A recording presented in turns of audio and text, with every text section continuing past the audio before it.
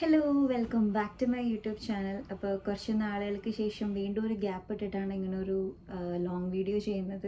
അതിനു മുമ്പ് എൻ്റെ ചാനൽ ആദ്യമായിട്ട് കാണുന്നവരാണെങ്കിൽ ചാനൽ സബ്സ്ക്രൈബ് ചെയ്യാൻ മറക്കരുത്, കമൻറ്റ് ചെയ്യാനും ലൈക്ക് ചെയ്യാനും മറക്കരുത്. എല്ലാവരും പറയുന്ന ഒരു കാര്യമാണ് പഴയ പോലെ വീണ്ടും ആക്റ്റീവായിട്ട് ലോങ് വീഡിയോസ് ഡെയിലി അപ്ലോഡ് ചെയ്യും, അല്ലെങ്കിൽ ആഴ്ചയിൽ ഒരു തവണയെങ്കിലും ലോങ് വീഡിയോസ് അപ്ലോഡ് ചെയ്യാനൊക്കെ ആയിട്ട്.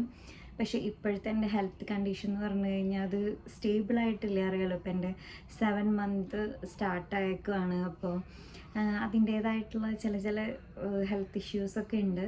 മെയിനായിട്ട് ഇങ്ങനത്തെ ഒരു വീഡിയോ ചെയ്യാൻ തന്നെ കാരണം എന്ന് പറയുന്നത്, എന്നോട് കുറേ പേര് ചോദിച്ചൊരു കാര്യമാണ് ഈ പ്രഗ്നൻസി ടൈമിൽ കഴിക്കേണ്ട ഹെൽത്തി ആയിട്ടുള്ള ഫുഡ് ഐറ്റംസ് എന്തൊക്കെയാണെന്ന്. അപ്പോൾ അതിനെക്കുറിച്ച് തന്നെയാണ് ഈ ഒരു വീഡിയോയിൽ ഞാൻ പറയാനായിട്ട് ഉദ്ദേശിക്കുന്നത്. ഒരുവിധം എല്ലാവർക്കും അറിയാവുന്ന കാര്യങ്ങൾ തന്നെയായിരിക്കും എന്തൊക്കെ ഫുഡാണ് പ്രഗ്നൻസി ടൈമിൽ കഴിക്കേണ്ടത്. കഴിക്കേണ്ടാത്ത ഫുഡ്സുകളുണ്ട്, ചില ഫാസ്റ്റ് ഫുഡ് റിലേറ്റ് ചെയ്തിട്ടുള്ള കുറച്ച് സംഭവങ്ങളൊക്കെ ഉണ്ട്. അത് ഞാൻ വേറൊരു വീഡിയോ ആയിട്ട് ചെയ്യാം. അതുമാത്രമല്ല, അപ്പോൾ നമുക്ക് ഒരുവിധം എല്ലാവർക്കും ഇതിനെക്കുറിച്ചൊരു ധാരണ ഉണ്ടാവും എന്തൊക്കെ ഫുഡാണ് ഏറ്റവും ഹെൽത്തി ആയിട്ടുള്ള ഈ ഒരു സമയത്ത് കഴിക്കേണ്ടതെന്ന്. പക്ഷേ എൻ്റെ ഒരു പ്രഗ്നൻസി ജേണിയിൽ എന്തൊക്കെയാണ് എൻ്റെ അടുത്ത് ഡോക്ടർ പറഞ്ഞിട്ടുള്ള കാര്യങ്ങൾ എന്നുള്ളത് ഞാൻ വളരെ ചുരുക്കത്തിൽ പറഞ്ഞുതരാം.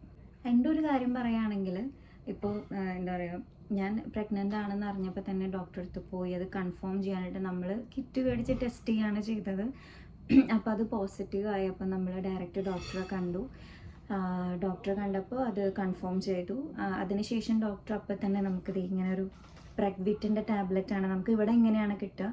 അതിൽ മോർണിംഗ് ടാബ്ലറ്റ് എന്ന് പറയുന്നത് പിങ്കാണ്, അതുപോലെ തന്നെ ഈവനിങ് ടാബ്ലറ്റ് എന്ന് പറയുന്നത് ബ്ലൂ ആണ്. അപ്പോൾ ഇതാണ് നമ്മുടെ ഇവിടുത്തെ പ്രഗ്വിറ്റ്. ഇത് ഫോളിക് ആസിഡ് ടാബ്ലറ്റ്സ് ആണ്. അപ്പോൾ എൻ്റെ ഫസ്റ്റ് മന്ത് ഓൺവേർഡ്സ് ഞാനിത് സ്റ്റാർട്ട് ചെയ്ത് തുടങ്ങിയപ്പോൾ എനിക്ക് 7ാമത്തെ മാസമായി. ഇതുവരേക്കും ഇത് നമ്മൾ മുടങ്ങാണ്ട് കഴിക്കേണ്ടതാണ്. രാവിലെ വെറും വയറ്റിലും, അതുപോലെ തന്നെ വൈകുന്നേരം ഭക്ഷണത്തിന് ശേഷം, ഭക്ഷണത്തിന് 1 മണിക്കൂർ ശേഷമാണ് ഇത് കഴിക്കേണ്ടത്. ഈ ഫോളിക് ആസിഡ് ടാബ്ലറ്റ്സ് ഒരുവിധം പ്രഗ്നൻ്റ് ആയിട്ടുള്ള എല്ലാവരും കഴിക്കുന്നത് തന്നെയായിരിക്കും. അതുപോലെ തന്നെ ഈ പ്രഗ്നൻ്റ് ആവാനായിട്ട് നോക്കുന്നവരാണെങ്കിൽ ചിലർ 3 മാസം മുമ്പേ ഈ ഒരു ടാബ്ലറ്റ് എടുക്കുന്നവരുണ്ട്. അപ്പോൾ നമ്മളെ സംബന്ധിച്ച് അതിനെക്കുറിച്ചൊന്നും അറിയണ്ടായിരുന്നില്ല. അപ്പോൾ ഫസ്റ്റ് മന്ത് ഓൺവേർഡ്സ് ആണ് ഞാൻ ഈ ഒരു ടാബ്ലറ്റ് എടുത്തത്. പലർക്കും പല പോലെ ആയിരിക്കും, പിന്നെ ഏതൊക്കെ ടാബ്ലറ്റാണ് ഡോക്ടേഴ്സ് പ്രിസ്ക്രൈബ് ചെയ്യുക പലർക്കും പല പോലെ ആയിരിക്കും. അപ്പോൾ ഇത് മാത്രമാണ് ഞാൻ എടുത്തിട്ടുണ്ടായിരുന്നത്. എൻ്റെ സെക്കൻഡ് സ്കാനിങ്ങിൻ്റെ ബ്ലഡ് ടെസ്റ്റിലും യൂറിൻ ടെസ്റ്റിലും എല്ലാം നോർമലായിരുന്നെങ്കിൽ കൂടിയിട്ടും അയേണിൻ്റെ ഇച്ചിരി കുറവുണ്ടായിരുന്നു. അപ്പോൾ ഡോക്ടർ പറഞ്ഞൊരു കാര്യം, അയൺ ടാബ്ലറ്റ് എടുക്കണ്ട, അതിനു മുമ്പ് ജസ്റ്റ് ലീഫി വെജിറ്റബിൾസ്, ചീര പോലത്തെ ഇലക്കറികൾ നല്ലോണം കഴിക്കുക, മീറ്റൊക്കെ കഴിക്കാനാണ് പറഞ്ഞിട്ടുണ്ടായിരുന്നത്. അങ്ങനെ ഡോക്ടർ പറഞ്ഞ പോലെ അതൊക്കെ കഴിച്ചു തുടങ്ങി. പിന്നെ നെക്സ്റ്റ് ടൈം ബ്ലഡ് ടെസ്റ്റിൽ എല്ലാം നോർമലായിരുന്നു, എൻ്റെ അയേണും ഒക്കെ പ്രോപ്പറായിരുന്നു. പക്ഷേ ഈ ഒരു പ്രാവശ്യം എൻ്റെ ബ്ലഡ് ടെസ്റ്റിന് എനിക്ക് അയേൺ ഇച്ചിരി കുറവുണ്ട്. അപ്പോൾ ഡോക്ടർ പറഞ്ഞൊരു കാര്യം, വെജിറ്റേറിയൻ ആണോ എന്ന് ചോദിച്ചു. അപ്പം വെജിറ്റേറിയൻ അല്ല, പക്ഷേ മീറ്റ്, ഫിഷ്, എഗ്ഗ് അങ്ങനെ കുറച്ച് പർട്ടിക്കുലർ സാധനങ്ങൾ എടുത്ത് കഴിക്കാനായിട്ട് അവർ പറഞ്ഞിട്ടുണ്ട്. അപ്പോൾ അതിനെക്കുറിച്ചാണ് ഈ ഒരു ഡീറ്റെയിൽ വീഡിയോ ഞാൻ ചെയ്യാൻ തന്നെ ഉദ്ദേശിച്ചത്. കാരണം ഒരുപാട് പേർക്ക് ഇതിന് തെറ്റായിട്ടുള്ള ധാരണകളൊക്കെ ഉണ്ട്. എന്താണ് കഴിക്കേണ്ടത്, ഇന്നത് കഴിച്ചാൽ കുഴപ്പമുണ്ടാവില്ല, ഇന്നത് കഴിച്ചാൽ ഹെൽത്തി ആയിരിക്കും, അയൺ ഉണ്ടാവുമെന്നൊക്കെ. എനിക്കിപ്പോൾ അയൺ ടാബ്ലറ്റ് ഞാനിപ്പോൾ എടുക്കാൻ പോവുകയാണ്. കാരണം ഈ ഒരു അയണിൻ്റെ കുറവ് കൊണ്ട് നമുക്കോ കുഞ്ഞിനോ വേറെ പ്രശ്നങ്ങളൊന്നും ഇല്ലാണ്ടിരിക്കാനായിട്ട് നമ്മൾ ഈ ഒരു അയൺ ടാബ്ലറ്റ് എടുക്കുന്നത് എന്തുകൊണ്ട് നല്ലതാണ്. അതേപോലെ തന്നെ നമുക്ക് എന്തൊക്കെ ഫുഡാണ് കഴിക്കേണ്ടതെന്നുള്ള കാര്യം കൂടി ഞാൻ പറയാം. അപ്പോൾ നമുക്കിവിടെ എന്ന് പറഞ്ഞ ഒരു ഡയറ്റ് ചാർട്ട് ഉണ്ടാവും. ഏകദേശം ഒരു 6-7 മാസമൊക്കെ ആകുമ്പോഴാണ് അത് പലർക്കും പല പോലെ ആയിരിക്കും. നമ്മുടെ നാട്ടിൽ അങ്ങനെ ഡയറ്റ് ചാർട്ടൊക്കെ തരുമായിരിക്കും എന്ന് എനിക്ക് തോന്നുന്നു. എനിക്ക് അതിനെക്കുറിച്ച് വലിയ ധാരണയൊന്നുമില്ല. ഇപ്പോൾ ഇവിടെ നമുക്കൊരു ഡയറ്റ് ചാർട്ട് ഉണ്ട്. ഇപ്പം എൻ്റെ ഷുഗറും പ്രഷറും കൊളസ്ട്രോളും എല്ലാം നോർമലാണ്. അപ്പോൾ എന്നെ സംബന്ധിച്ച് എല്ലാം കഴിക്കാം. എല്ലാം കഴിച്ചുകൊണ്ട് തന്നെ ഒരു ലിമിറ്റ് വെച്ച് കഴിച്ചുകൊണ്ട് തന്നെയാണ് നമുക്ക് ഈ ഫുഡ് ഐറ്റംസ് നമ്മുടെ ഡയറ്റ് ചാർട്ടിൽ അവർ ഉൾപ്പെടുത്തുന്നത്. അപ്പോൾ ഈ ഡോക്ടർ നമ്മളുടെ അടുത്ത് ഡയറ്റ് ചാർട്ട് എങ്ങനെയുള്ളതാണെന്നൊക്കെ പറഞ്ഞിട്ടുണ്ടായിരുന്നു. അതിൽ ഫസ്റ്റ് എന്ന് പറയുന്നത് ഫിഷാണ്. ഈ ഷ്രിമ്പ്, സാൽമൺ പോലെയുള്ള ഫിഷുകളൊക്കെ ഇല്ലേ, അങ്ങനത്തെ ഫിഷുകൾ വളരെയധികം നല്ലതാണ്. അതുപോലെ മെർക്കുറി കണ്ടൻറ്റ് കുറവുള്ള ഫിഷുകളാണ് ഏറ്റവും ഈ ഒരു ടൈമിൽ ബെസ്റ്റായിട്ടുള്ളത്. പിന്നെ സെക്കൻഡ് പറഞ്ഞിട്ടുള്ളത് എഗ്സ് ആണ്. ഓക്കെ, അപ്പോൾ ഞാൻ ചോദിച്ചു ഒരു ദിവസം എത്ര മുട്ട വെച്ചിട്ട് കഴിക്കണം എന്നുള്ളത് ചോദിച്ചപ്പോൾ ഒരു ദിവസം 2 പുഴുങ്ങിയ മുട്ടയാണ് പറഞ്ഞിട്ടുണ്ടായിരുന്നത്. പിന്നെ തേർഡ് വൺ പറയുന്നത് മിൽക്കാണ്. അതും 2 ഗ്ലാസ്സോളം മിൽക്കാണ് നമുക്ക് വേണ്ടത്. ഇപ്പോൾ ചിലരുണ്ട് ഇങ്ങനെ എന്താ പറയുക, അയണൊക്കെ നല്ലപോലെ കൂടാൻ വേണ്ടിയിട്ട്, കുട്ടിക്കും അമ്മയ്ക്കും നല്ല പോഷകം കിട്ടാൻ വേണ്ടിയിട്ട് കുറേ എഗ്സും കുറേ പാലും കുടിക്കുന്നവരുണ്ട്. അപ്പോൾ അതിനൊരു ലിമിറ്റ് ഉണ്ട്. അത് നിങ്ങളുടെ ഡോക്ടറെ അടുത്ത് ചോദിച്ചതിന് ശേഷം ആ ഒരു ഡയറ്റ് ചാർട്ട് തയ്യാറാക്കണമായിരിക്കും ഏറ്റവും ബെസ്റ്റ്.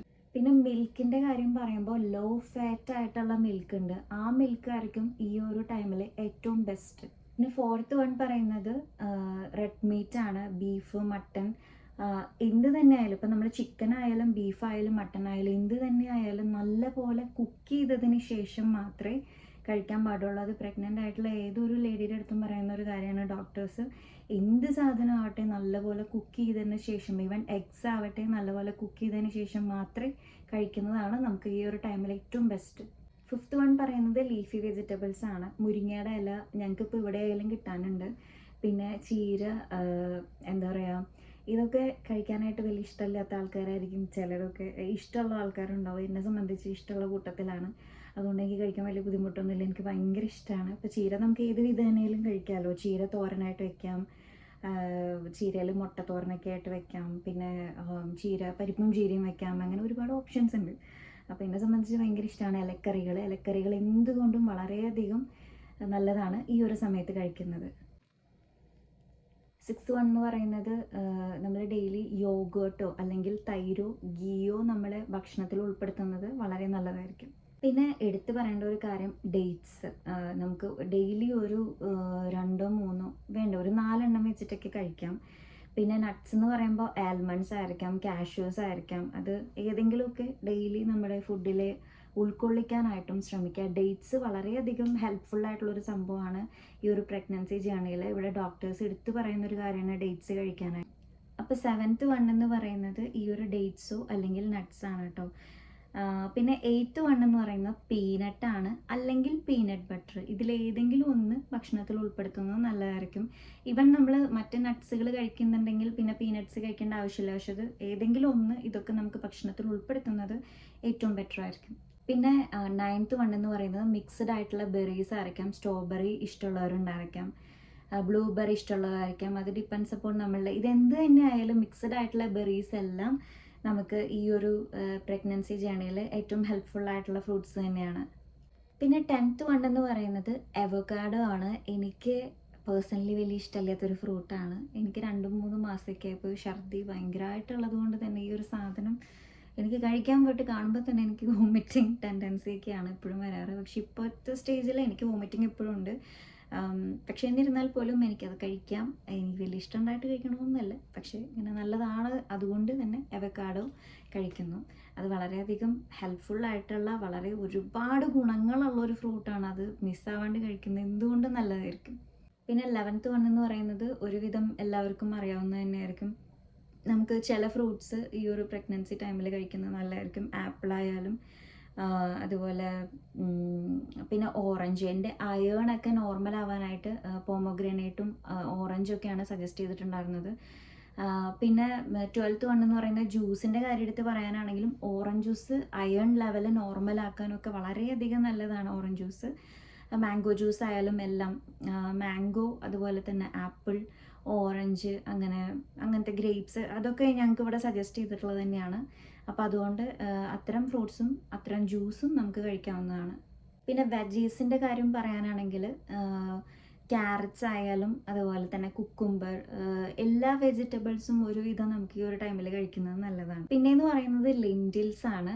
ലെൻറ്റിൽസിനെ കുറിച്ച് പറയാനാണെങ്കിൽ നമുക്ക് എല്ലാ പയറുവർഗ്ഗങ്ങളും നല്ലതാണെങ്കിലും എടുത്തു പറഞ്ഞിട്ടുള്ള ഇവിടെ ഡോക്ടേഴ്സ് എടുത്ത് കഴിക്കാനായിട്ട് പറഞ്ഞിട്ടുള്ള ചിലതുണ്ട്. അപ്പോൾ അത് ഞാൻ പറയാം. ചെറുപയർ, അതൊരു സെറ്റ് ഓഫ് ലെൻറ്റിൽസ് ആണ് ഞാൻ പറയുന്നത്. പരിപ്പ്, ചെറുപയർ, മുതിര, വെള്ളക്കടല, അതെ ഇത്രയും സംഭവങ്ങൾ. പിന്നെ മറ്റേ കിഡ്നി ബീൻസ് ഉണ്ടല്ലോ, ഇത്രയുമായിട്ട് ഈ ഒരു 5 ഐറ്റംസും നമ്മളുടെ ഈ ഒരു ലെൻറ്റിൽസിൽ ഏറ്റവും ബെസ്റ്റ് ലെൻറ്റിൽസ് ആയിട്ടാണ് അവർ പറഞ്ഞിട്ടുള്ളത്. അപ്പോൾ നമ്മൾ റൈസിൻ്റെ കൂടെ ആയാലും ചപ്പാത്തിയുടെ കൂടെയൊക്കെ ആയാലും കഴിക്കാം. പിന്നെ ഒരു കാര്യം ശ്രദ്ധിക്കേണ്ടത്, നമ്മളിപ്പോൾ നമ്മുടെ നാട്ടിലെന്ന് പറഞ്ഞാൽ ചോറ് കഴിച്ച് വയറ് നിറയ്ക്കുന്ന ആ ഒരു രീതിയല്ല.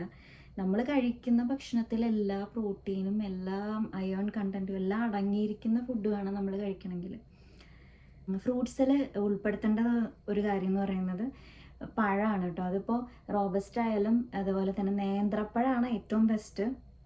അതൊക്കെ ഉൾപ്പെടുത്താനായിട്ട് ശ്രമിക്കുക. പിന്നെ അതാണ് ഞാൻ ആദ്യമേ പറഞ്ഞത്, ഒരുവിധം എല്ലാവർക്കും ഇത്തരം ഫുഡ് ഐറ്റംസ് എന്തൊക്കെയാണ് കഴിക്കേണ്ടതെന്ന് അറിയാം. പക്ഷെ കഴിക്കേണ്ടത് എന്തൊക്കെ കഴിക്കണം എന്നുള്ളത് ചിലർക്ക് ഒരു കൺഫ്യൂഷൻ ഉണ്ടാവും. ഇത് കഴിക്കാൻ പറ്റുമോ, ഇത് കഴിക്കാൻ പറ്റുമോ എന്നുള്ളത്. അപ്പം ഞാനിതൊക്കെ എടുത്ത് ഡോക്ടറെ അടുത്ത് ചോദിച്ചിട്ടുള്ള കാര്യമാണ്. ഡിപ്പെൻസ് അപ്പോൺ ചിലർക്ക് പല പല ആയിരിക്കും. പക്ഷേ ഇതൊക്കെ വലിയ കുഴപ്പമില്ലാത്ത സംഭവങ്ങൾ തന്നെയാണ് പ്രഗ്നൻ്റ് ആയിട്ടുള്ള എല്ലാവർക്കും. അപ്പോൾ പിന്നെ ഈ ഒരു സമയത്ത് കഴിക്കേണ്ടാത്ത ചില ഫ്രൂട്ട്സും കഴിക്കേണ്ടാത്ത ചില വെജിറ്റബിൾസും ചില ഭക്ഷണ സാധനങ്ങളും ഉണ്ട്. അപ്പോൾ അതിനെക്കുറിച്ച് എനിക്കും വലിയ ധാരണയൊന്നും ഉണ്ടായിരുന്നില്ല. ഇത് കഴിക്കാൻ പാടില്ലേ എന്നൊക്കെ പിന്നെയാണ് മനസ്സിലായത്. അതൊക്കെ എന്താണെന്നുള്ളത് ഞാൻ വേറൊരു വീഡിയോ ആയിട്ട് ചെയ്യാം.